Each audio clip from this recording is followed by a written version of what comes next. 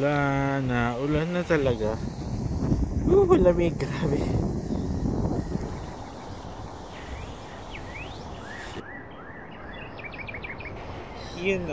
Love it.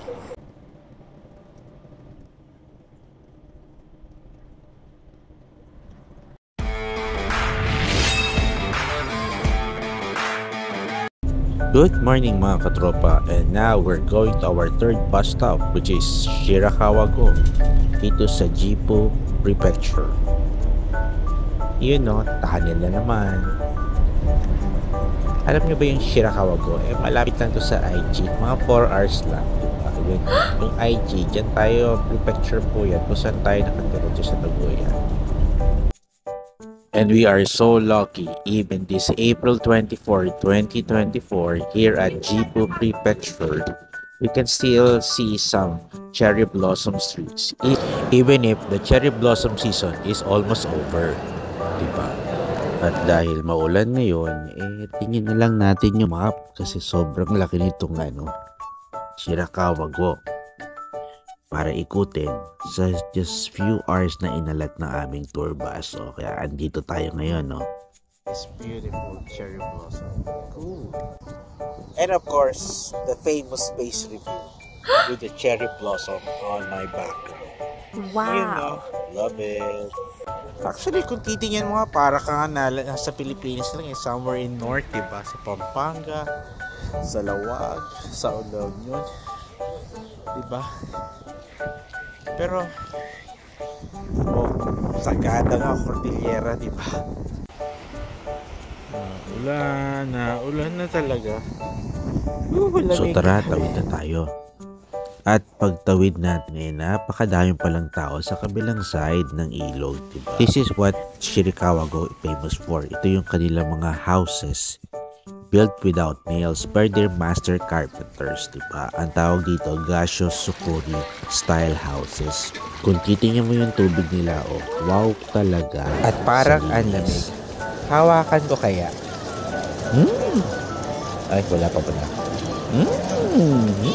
Lamig. What a view.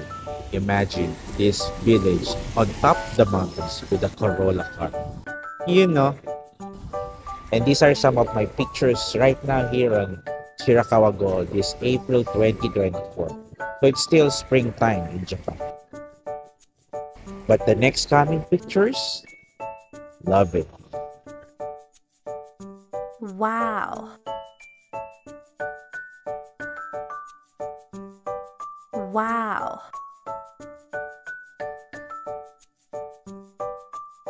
Wow. So we're now back on April 2024, still springtime here at Shirakawa-go, here in Gifu Prefecture. It's time to go back to our bus.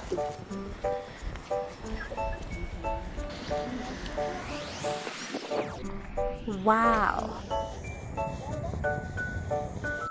And from this angle, you can see some top of the mountain still covered with ice and snow. Cool. So to my dear followers, this Shirakawa-go village is truly a World UNESCO heritage. And it's up to you when you want to visit this place. It's either summertime, autumn, winter, and springtime. Time to board the bus and going back to Nagoya City. But it will not be a boring 2-hour bus travel because of this beautiful landscape along the way and the many tunnels which I cannot count anymore, connecting one mountain to another mountain like this. This is truly an engineering marvel from our Japanese engineers. Wow. And of course, to my eldest son and to our other new civil engineers in the Philippines who passed the board exam last April 2024. Congratulations sa inyong lahat. Wow. Mabuhay ang Pilipinas. Ang ganda talaga rito sa Japan.